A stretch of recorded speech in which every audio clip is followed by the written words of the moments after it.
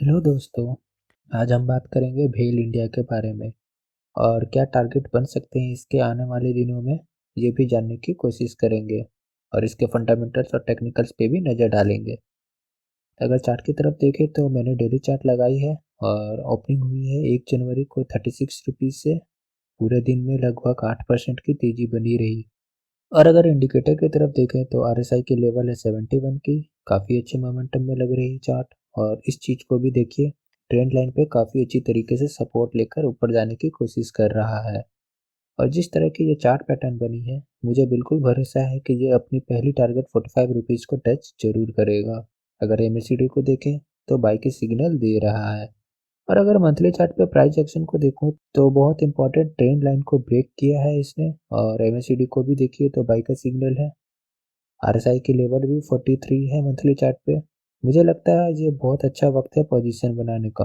और अगर भेल के बिजनेस को समझें तो ये इंजीनियरिंग की इंडस्ट्री है जो बड़े बड़े पावर प्लांट बनाती है।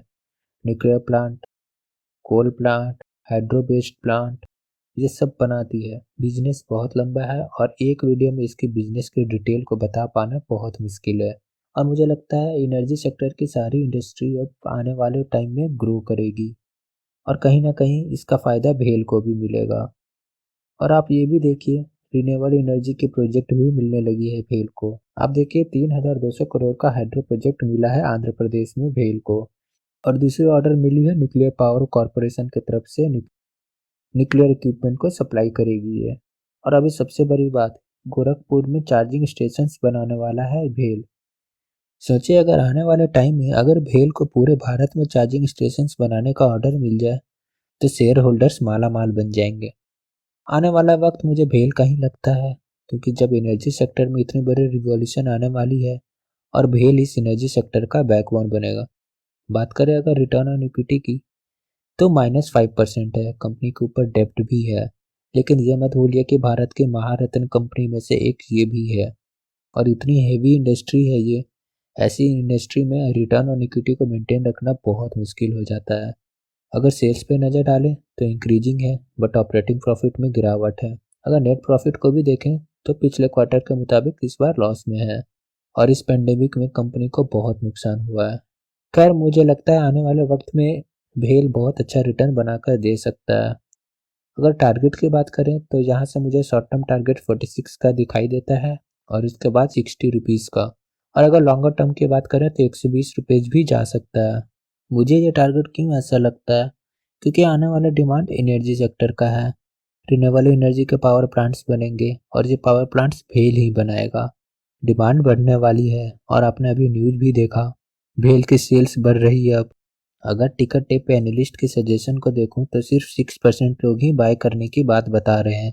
और अगर कम्युनिटी सेंटीमेंट को देखूं तो 82% लोग बाय करने को बता रहे हैं।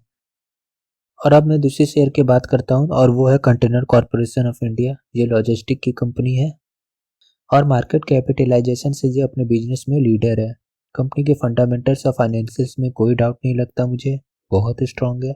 और मुझे टारगेट भी ऊपर दिखाई देती है।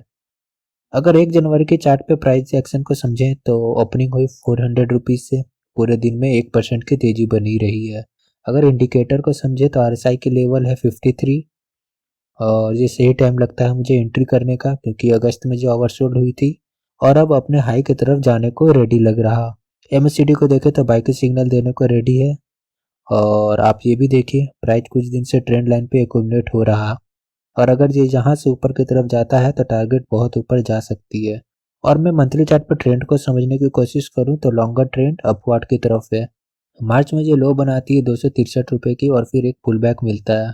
देखिए, कंकोर की बिजनेस बहुत स्ट्रांग है। चार्ट के पैटर्न को देखकर लग ये आने वाले कुछ महीनों में 500 के रेजिस्टेंस को ब्रेक कर देगा। और अगर ब्रोकर हाउस की रिपोर्ट को देखें तो 468 की टारगेट मिली है। और अगर मोतीलाल ओसवाल की तरफ से टारगेट को समझे तो 442 की है। करंट प्राइस जो है वो 404 की है। अगर हम रिटर्न ऑन इक्विटी की बात करें तो 7.3% है। डेप्ट नॉमिनल है 70 करोड़। अगर मार्केट कैपिटलाइजेशन को देखें तो अपने मार्केट में लीडर है। कंपनी के सेल्स की तरफ देखें तो अप ट्रेंड है। ऑपरेटिंग प्रॉफिट भी देखिए आप, अप ट्रेंड में है। नेट प्रॉफिट की तरफ देखें तो पिछले क्वार्टर से 3 टाइम्स का जंप दिख रहा प्रॉफिट में। और अगर हम टिकट टॉप पे चलकर एनालिस्ट के सजेशन को देखें तो 41% लोग बता रहे हैं इसमें बाय करने की। और अगर हम कम्युनिटी सेंटीमेंट को देखें तो 50% बाय है और 50% सेल है। तो ये आप डिसाइड कीजिए कि आपको क्या लगता है। मेरी नज़र में आने वाले दिन में एक्सपोर्ट्स और ई कॉमर्स के बिजनेस बूस्ट करेंगे। लॉजिस्टिक का काम बढ़ेगा, सेल्स बढ़ेंगे और अगर सेल्स बढ़ेंगे तो मुनाफा भी बढ़ जाएगा। अगर मैं टारगेट की बात करूँ तो मुझे यहाँ से पहली टारगेट 500 की दिखाई देती है और अगर सपोर्ट को देखूँ तो मैं 367 की सपोर्ट मुझे क्रिटिकल। देखिए ये सब तो लोगों की सोच है, पर पैसा आपका है, दूसरे की सोच पे विश्वास नहीं कर सकते। बस आप अपना एनालिसिस कीजिए, आपको क्या लगता है आप डिसाइड कीजिए आप क्या करना चाहते हैं। अभी के लिए अगर बस मेरा वीडियो अच्छी लगे तो लाइक और सब्सक्राइब करके मोटिवेट ज़रूर कीजिए। जी आप डिसाइड करेंगे कि आपको बाय करना है या नहीं करना है, पैसा आपका है। मैं ये नहीं बोल रहा कि आप मेरे बताए गए शेयर्स पे बाय करें, आप अपना एनालिसिस खुद करें, आप अपने एडवाइजर से सलाह लें। अगर आपको लॉस या प्रॉफिट होता है तो इसमें मेरे या मेरे चैनल की कोई रिस्पॉन्सिबिलिटी नहीं होगी।